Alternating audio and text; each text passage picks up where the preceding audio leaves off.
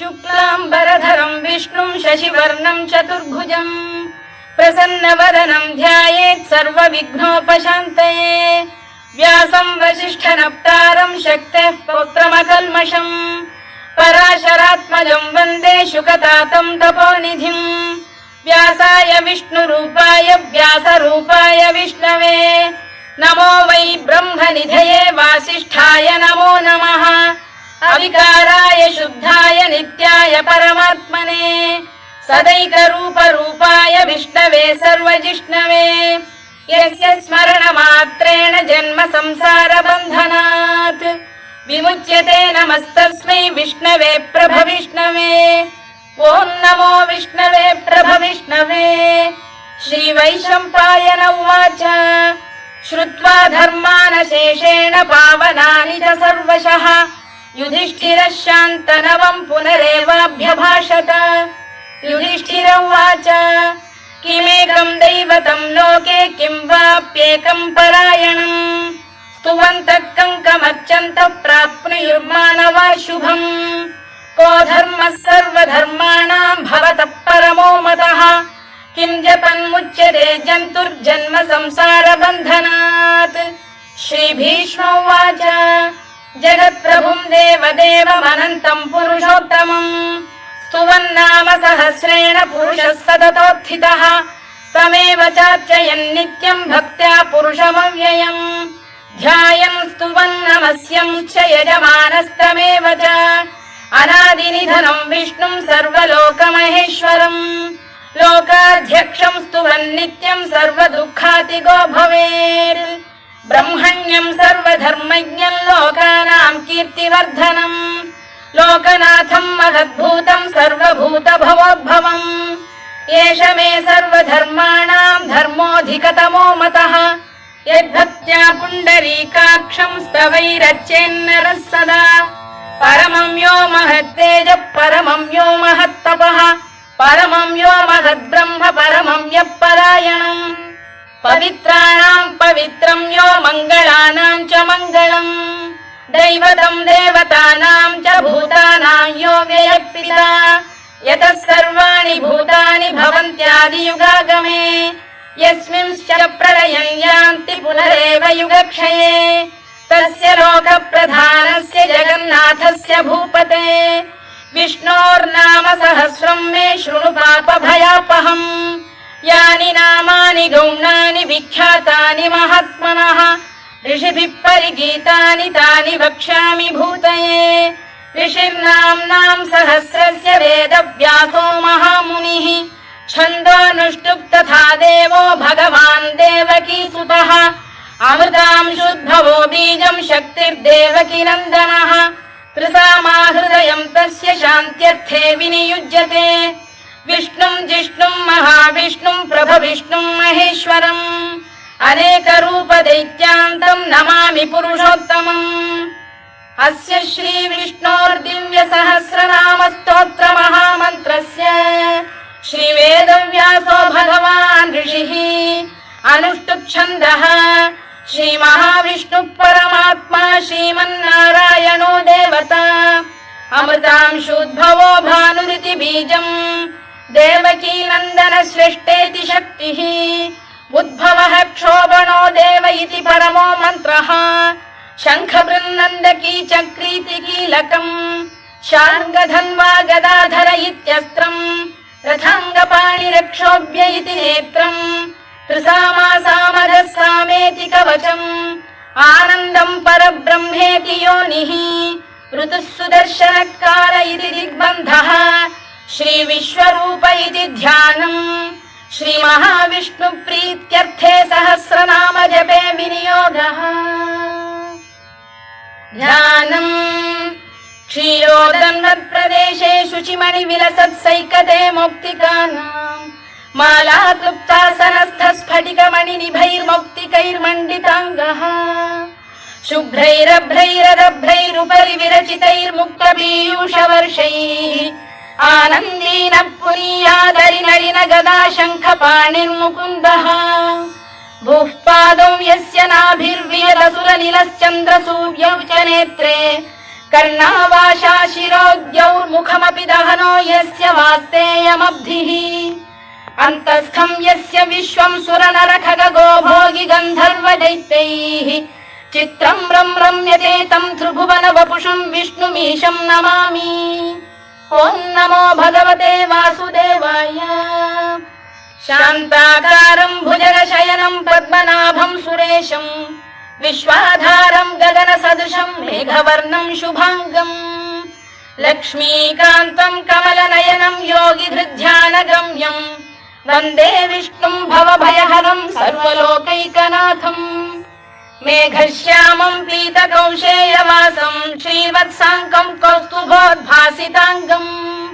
पुण्योपेतं पुण्डरीकायताक्षं विष्णुं वन्दे सर्वलोकैकनाथम्।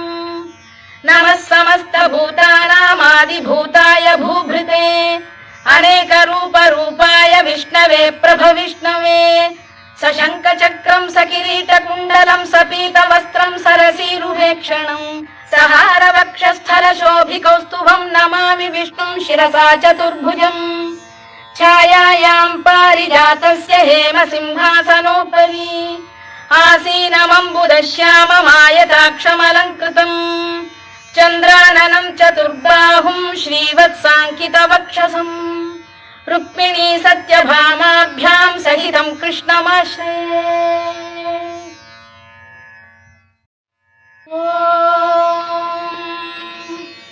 विश्वं विष्णुर्वषत्कारो भूतभव्य भवत्प्रभुः भूतभृद्भावो भूतात्मा भूतभावनः भूतात्मा परमात्मा च मुक्तानां परमागतिः अव्ययः पुरुषः साक्षी क्षेत्रज्ञोऽक्षर एव च योगो योगविदां नेता प्रधानपुरुषेश्वरः नारसिंहवपुः श्रीमान् केशवः पुरुषोत्तमः सर्वः शर्व शिवस्थाणुर्भूतादिर्निधिरव्ययः सम्भवो भावनो भर्ता प्रभवः प्रभुरीश्वरः स्वयंभूः शम्भुरादित्यः पुष्कराक्षो महास्वनः अनादिनिधनो धाता विधाता धातुरुत्तमः अप्रमेयो ऋषिकेशः पद्मनाभोऽमरप्रभुः विश्वकर्मा मनुस्पष्टा स्थविष्ठस्थविरो ध्रुवः अग्राह्यः शाश्वतः कृष्णो लोहिताक्षप्रदर्दनः प्रभूतस्त्रिककुब्धाम पवित्रं मङ्गलं परम् ईशान प्राणद प्राणो ज्येष्ठः श्रेष्ठः प्रजापतिः हिरण्यगर्भो भूगर्भो माधवो मधुसूदनः ईश्वरो विक्रमी धन्वी मेधावी विक्रमक्रमः अनुत्तमो दुराधर्षः कृतज्ञः कृतिरात्मवान् सुरेशः शरणं शर्म विश्वरेताः प्रजाभवः अधः संवत्सरो व्याल प्रत्ययः सर्वदर्शनः अजः सर्वेश्वरः सिद्धः सिद्धिः सर्वादिरच्युतः वृषाकपिरमेयात्मा सर्वयोगविनिसृतः वसुर्वसुमनः सत्यः समात्मा संमितः समः अमोघः पुण्डरीकाक्षो वृषकर्मा वृषाकृतिः रुद्रो बहुशिरा बभ्रुर्विश्वयोनिश्चुचिश्रवाः अमृतः शाश्वतस्थाणुर्वरारोहो महातपाः सर्वगः सर्वविद्भानुर्विश्वक्सेनो जनार्दनः वेदो वेदविरव्यङ्गो वेदाङ्गो वेदवित्कविः लोकाध्यक्षः सुराध्यक्षो धर्माध्यक्षः कृताकृतः चतुरात्मा चतुर्व्यूहश्चतुर्दंष्टश्चतुर्भुजः भ्राजिष्णुर्भोजनं भोक्ता सहिष्णुर्जगदादिजः अनघो विजयो जेता विश्वयोनिः पुनर्वसुः उपेन्द्रो वामनः प्रांशुरमोघः शुचिरूर्जितः अतीन्द्रः सङ्ग्रहः सर्गो धृतात्मा नियमो यमः वेद्यो वैद्यः सदा योगी वीरः माधवो मधुः अतीन्द्रियो महामायो महोत्साहो महाबलः महाबुद्धिर्महावीर्यो महाशक्तिर्महाद्युतिः अनिर्देश्य वपुः श्रीमान् अमे आत्मा महाधृधृत् महेश्वासो महीभर्ता श्रीनिवासः सताङ्गतिः अनिरुद्धः सुरानन्दो गोविन्दो गोविदाम्पतिः मरीचिर्दमनो हंसः सुपर्णो भुजगोत्तमः हिरण्यनाभः सुतपाः पद्मनाभः प्रजापतिः अमृत्युः सर्वदृक्सिंहः सन्धाता सन्धिमान् स्थिरः अजो दुर्मर्षणः शास्ता विश्रुतात्मा सुरारिः गुरुर्गुरुतमो धाम सत्यः सत्यपराक्रमः निमिषो निमिषस्रग्वी वाचस्पतिरुदारधीः अग्रणी ग्रामणी श्रीमान् न्यायो नेता समीरणः सहस्रमूर्धा विश्वात्मा सहस्राक्षः सहस्रपात् आवर्तनो निवृत्तात्मा संवृतः सम्प्रवर्धनः अधः संवर्तको वह्निरनिरोधरणीधरः सुप्रसाद प्रसन्नात्मा विश्वधृक् विश्वभुग्विभुः सत्कर्ता सत्कृतः साधुर्जह्नुर्नारायणो नरः असंख्येयो प्रमेयात्मा विशिष्टः शिष्टकृच्छुचिः सिद्धार्थ सिद्ध संकल्पः सिद्धिदः सिद्धिसाधनः वृषाही वृषभो विष्णुर्वृषपर्वा वृषोदरः वर्धनो वर्धमानश्च विविक्तः श्रुतिसागरः सुभुजो दुर्धरो वाग्मी महेन्द्रो वसुदो वसुः नैकरूपो बृहद्रूपः शिपिविष्टप्रकाशनः ओजस्तेजोद्युदिधरः प्रकाशात्मा प्रतापनः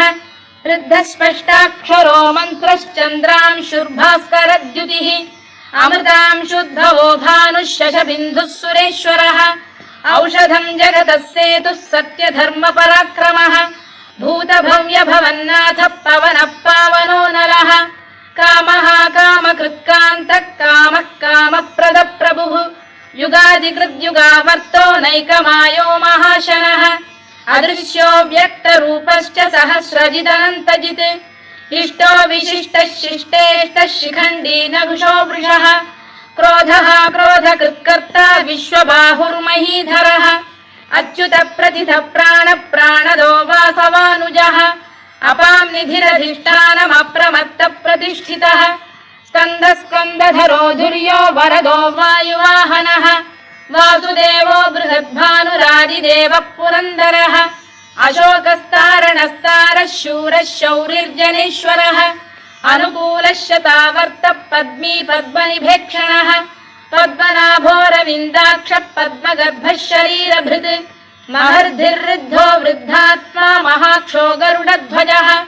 अतुलः शरभो भीमः समयज्ञो हविर्हरिः सर्वलक्षणलक्षण्यो लक्ष्मीवान् समितिञ्जयः विक्षरो रोहितो मार्गो हेतुर्दामोदरः सः महीधरो महाभागो वेगवानमिताशनः उद्भवः क्षोभणो देवः श्रीगर्भः परमेश्वरः कारणं कारणं कर्ता विकर्ता गहनो गुहः व्यवसायो व्यवस्थानः संस्थानस्थानदो ध्रुवः परद्धिः परमस्पष्टः तुष्टः पुष्टः शुभेक्षणः रामो विरामो विरतो मार्गो नेयो नयोनयः वीरः शक्तिमतां श्रेष्ठो धर्मो धर्मविदुत्तमः वैकुण्ठः पुरुष प्राण प्राणद प्रणव पृतुः हिरण्यगर्भः शत्रुघ्नो व्याप्तो वायुरधोक्षजः ऋतुः सुदर्शनकालः परमेष्ठी परिग्रहः उग्रः संवत्सरो दक्षो विश्रामो विश्वदक्षिणः विस्तारस्थावरस्थाणुः प्रमाणं बीजमव्ययम् अर्थोऽनर्थो महाकोशो महाभोगो महाधनः अनिर्विण्णस्थविष्ठो भूर्धर्मयूपो महामखः नक्षत्रनेमिर्नक्षत्री क्षमः क्षामः समीहनः यज्ञयुज्यो महेज्यश्च क्रतुः सत्रं सदां गतिः सर्वदर्शी विमुक्तात्मा सर्वज्ञो ज्ञानमुत्तमम् सुव्रतः सुमुखः सूक्ष्मः सुघोषः सुखदः सुहृद् मनोहरो जितक्रोधो वीरबाहुर्विदारणः स्वापनः स्ववशो व्यापी नैकात्मा नैककर्मकृत् वत्सरो वत्सलो वत्सी रत्नगर्भोधनेश्वरः धर्मकृद्धर्मी सदसक्षरमक्षरम् अविज्ञाता सहस्रांशुर्विधाता कृतलक्षणः गभस्तिनेमिः सप्तस्तः सिंहो भूतमहेश्वरः आदिदेवो महादेवो देवेशो देवभृद्गुरुः उत्तरो गोपतिर्गोप्ता ज्ञानगम्यः पुरातनः शरीरभूतभृद्भोक्ता कपीन्द्रो भूरि दक्षिणः सोमपोऽमृतपः सोमः पुरुजित् पुरुषत्तमः विनयो जयः सत्यसन्धो दाशार्हः सात्वतां पतिः जीवो विनयिता साक्षी मुकुन्दो मितविक्रमः अम्भोनिधिरनन्तात्मा महोदधिशयोऽन्तकः अजो महार्घ स्वाभाव्यो जितामित्रप्रमोदनः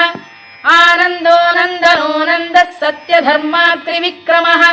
महर्षिकपिलाचार्यः कृतज्ञो मेदिनीपतिः त्रिपदस्त्रिदशाध्यक्षो महाशृङ्गकृतान्तकृत्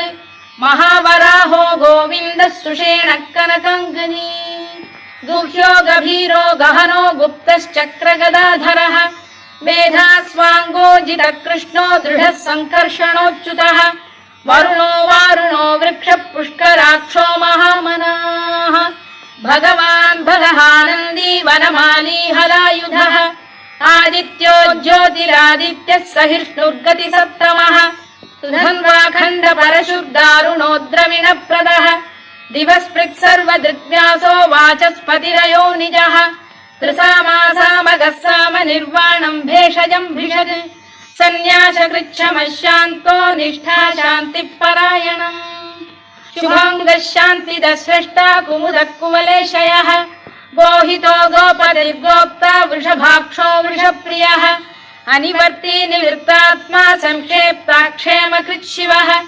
श्रीवत्सवक्षः श्रीवासः श्रीपतिः श्रीमताम्बरः श्रीधः श्रीशः श्रीनिवासः श्रीनिधिः श्रीविभावनः श्रीधर श्रीकर श्रेयः श्रीमान् लोकत्रयाश्रयः स्वक्षः स्वङ्गः शतानन्दो नन्दिर्ज्योतिर्गणेश्वरः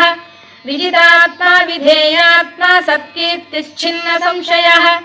उदीर्णः सर्वतश्चक्षुरनीशः शाश्वतः स्थिरः भूषयो भूषणो भूतिर्विशोकः शोकनाशनः अर्चिष्मानर्चितः कुम्भो विशुद्धात्मा विशोधनः अनिरुद्धो प्रतिरथ प्रद्युम्नो मितविक्रमः कालनेमिनिः वीरः शौरिः शूरजनेश्वरः त्रिलोकात्मा त्रिलोकेशः केशवः केशिः हरिः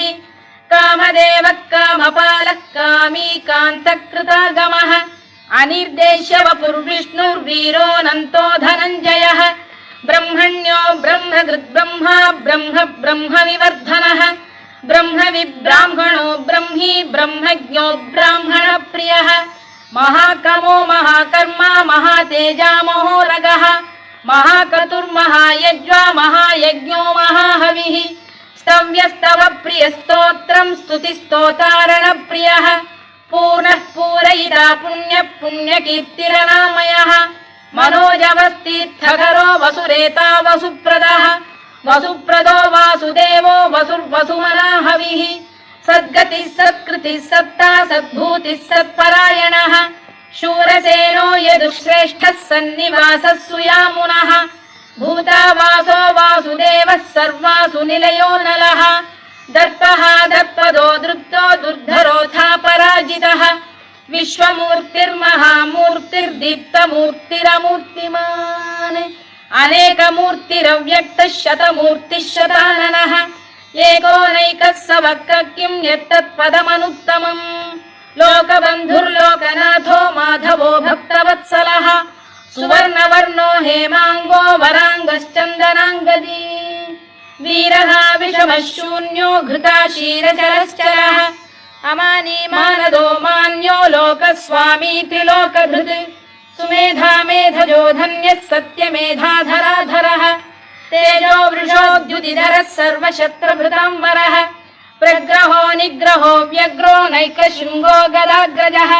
चतुर्मूर्तिश्चतुर्बाहुश्चतुर्व्यूहश्चतुर्गतिः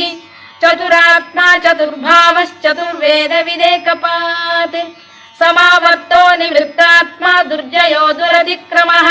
दुर्लभो दुर्गमो दुर्गो दुरावासो दुरारिः शुभाङ्गो लोकसारङ्गः सुतन्तुस्तन्तु वर्धनः इन्द्रकर्मा महाकर्मा कृतकर्मा कृतागमः उद्भवः सुन्दरः सुन्दो रत्ननाभः सुलोचनः अर्को वाजसनः शृङ्गी जयन्तः सर्वविजयी सुवर्णबिन्दुरक्षोभ्यः सर्ववागीश्वरेश्वरः महाह्रदो महागर्तो महाभूतो महानिधिः कुमुदः कुन्दरः कुन्दः पर्जन्यः पावनो निलः अमृताशोऽमृतवपुः सर्वज्ञः सर्वतोमुखः सुलभः सुव्रतः सिद्धः शत्रुजिच्छत्रुतापनः न्यग्रोधोदुम्बरोश्वतश्चाणूरा सान्ध्रनिषूदनः सहस्रार्चिः सप्तजिह्वः सप्तैधा सप्तवाहनः अमूर्तिरनघोचिन्त्यो भयकृद्भयनाशनः अणुबृहत्कृशस्थूलो गुणभृन्निर्गुणो महान् अधृतस्वधृतस्वास्य प्राग्वंशो वंशवर्धनः धारभृत्कथितो योगी योगीशः सर्वकामदः आश्रमश्रमणः क्षामः सुपर्णो वायुवाहनः धनुर्धरो धनुर्वेदो दण्डो दमयिता दमः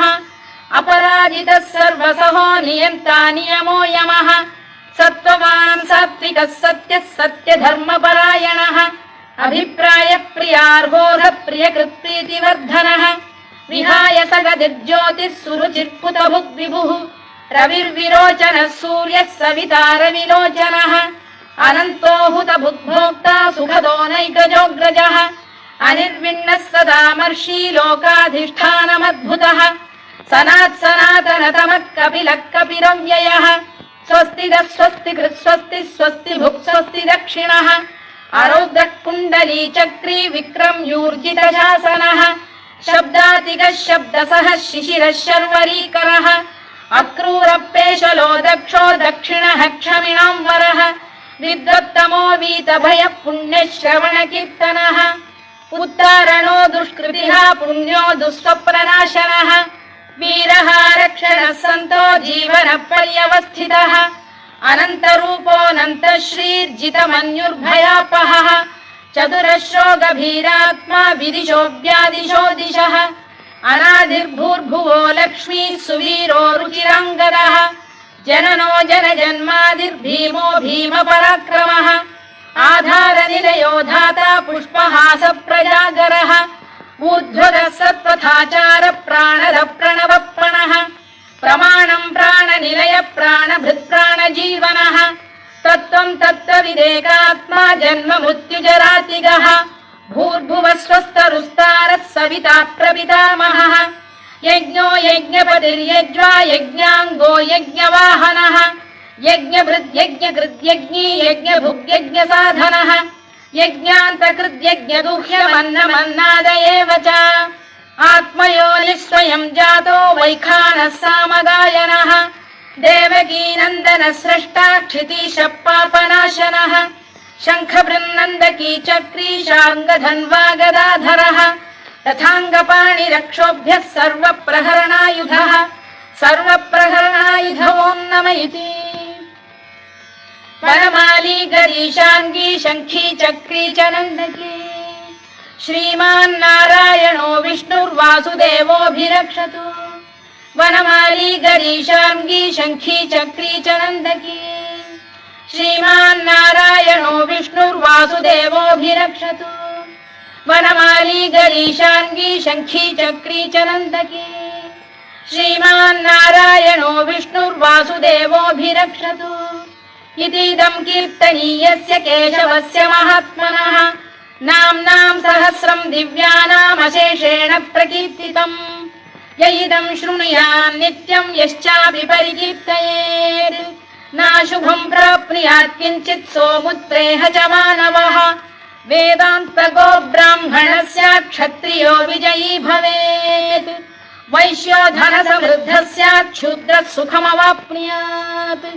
धर्मार्थी प्राप्नुयात् धर्ममर्थार्थी चार्थमाप्नुयात्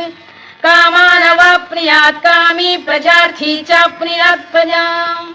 भक्तिमान् यः सदोत्थाय शुचिस्तद्गतमानसः सहस्रं वासुदेवस्य नाम्नामेतत्र कीर्तयेत् यशः प्राप्नोति विपुलं याति प्राधान्यमेव च अचलां श्रियमाप्नोति श्रेयः प्राप्नोत्यनुत्तमम् न भयं क्वचिदाप्नोति वीर्यं तेजश्च विन्दति भवत्य रोगोद्युतिमान् बलरूपगुणान्वितः रोगार्तो मुच्यते रोगात् बद्धो मुच्येत बन्धनात् भयान्मुच्येत भीतस्तु मुच्येतापन्न आपदः दुर्गाण्यतितरत्याशु पुरुषः पुरुषोत्तमम् सुवन्नाम सहस्रेण नित्यं भक्तिसमन्वितः वासुदेवाश्रयो मर्त्यो वासुदेवपरायणः सर्वपापविशुद्धात्मा याति ब्रह्म सनातनम् न वासुदेव भक्तानामशुभं विद्यते क्वचित् जन्म मृत्युजरा व्याधि भयं नैवोपजायते इमं स्तवमधीयानः श्रद्धा भक्ति समन्वितः युज्येतात्मसुखक्षान्ति श्रीधृतिस्मृतिकीर्तिभिः न क्रोधो न च मात्सर्यं न लोभो न शुभामतिः भवन्ति कृतपुण्यानां भक्तानां पुरुषोत्तमे द्यौः स चन्द्रार्कनक्षत्राखं दिशो भूर्महो दधिः वासुदेवस्य वीर्येण विधृतानि महात्मनः ससुरासुरगन्धर्वं स यक्षोरगराक्षसम् जगत्वशे वर्ततेदं कृष्णस्य सचराचरम् इन्द्रियाणि मनो बुद्धिः सत्त्वं तेजो बलं धृतिः वासुदेवात्मकान्याहुः क्षेत्रं क्षेत्रज्ञ एव च सर्वागमानामाचार प्रथमं परिकल्पते आचार प्रभवो धर्मो धर्मस्य प्रभुरच्युतः ऋषयः पितरो देवा महाभूतानि धातवः जङ्गमा जङ्गमं चेदं जगन्नारायणोद्भवम् योगो ज्ञानं तथा साङ्ख्यं विद्या शिल्पादिकर्म च वेदाः शास्त्राणि विज्ञानमेतत् सर्वं जनार्दनात् एको विष्णुर्महद्भूतं पृथग्भूतान्यनेकशः त्रीन् लोकान् व्याप्य भूतात्मा भुङ्क्ते विश्वभुवव्ययः इमं स्तवं भगवतो विष्णोर्व्यासेन कीर्तितम् पठेद्य इच्छेत् पुरुषः श्रेयत् प्राप्तुं सुखानि च विश्वेश्वरमजं देवं जगतः प्रभुमव्ययम् भजन्ति ये पुष्कराक्षं न ते यान्ति पराभवम् न ते यान्ति पराभवम् ओन्नम इति अर्जुनोवाच पद्मपत्र विशालाक्ष पद्मनाभ सुरोत्तमा भक्तानामनुरक्तानां त्राता भव जनार्दन श्रीभगवानुवाच यो मां नाम सहस्रेण स्तोतुमिच्छति पाण्डव सोऽहमेकेन श्लोकेन स्तुत एव न संशयः स्तुत एव न संशयोऽन्नम इति व्यास उवाच वासनाद् वासुदेवस्य वासितं भुवनत्रयम् सर्वभूतनिवासोऽसि वासुदेव नमोऽस्तु ते वासुदेव नमोऽस्तु ते ओन्नम इति पार्वत्युवाच केनोपायेन लघुना विष्णोर्नाम सहस्रकम् पठ्यते पण्डितैर्नित्यं श्रोतुमिच्छाम्यहं प्रभो ईश्वर उवाच श्रीराम राम रामेति रमे रामे मनोरमे सहस्रनाम तत्तुल्यं राम नाम वरानने श्रीराम राम रामेति रमे रामे मनोरमे सहस्रनाम तत्तुल्यं राम नाम वरानने श्रीराम राम रामेति रमे रामे मनोरमे सहस्रनाम तत्तुल्यं राम नाम वरानने राम नाम वरानन ओन्नम इति ब्रह्मोवाच नमोऽस्त्वनन्ताय सहस्रमूर्तये सहस्रपादाक्षि शिरोरुबाहवे सहस्रनाम्ने पुरुषाय शाश्वते सहस्रकोटियुगधारिणे नमः सहस्रकोटियुगधारिणे नमः ओन्नम इति सञ्जय उवाच यत्र योगेश्वर कृष्णो यत्र पार्थो धनुर्धरः तत्र श्रीविजयो भूतिर्ध्रुवा नीतिर्मतिर्मम श्रीभगवानुवाच अनन्याश्चिन्तयन्तो मां ये जनाः पर्युपासते तेषां नित्याभियुक्तानां योगक्षेमं वहाम्यहम् परित्राणाय साधूनां विनाशाय च दुष्कृताम् धर्म संस्थापनार्थाय संभवामि युगे युगे आर्ता विषण्णा शिथिलाश्च भीता घोरेषु च व्याधिषु वर्तमानाः संकीर्त्य नारायण शब्दमात्रं विमुक्त दुःखाः सुखिनो भवन्तु कायेन वाचा मनसेन्द्रियैर्वा बुद्ध्यात्मना वा प्रकृते स्वभावात् करोमि यद्यत् सकलं परस्मै नारायणायेति समर्पयामि।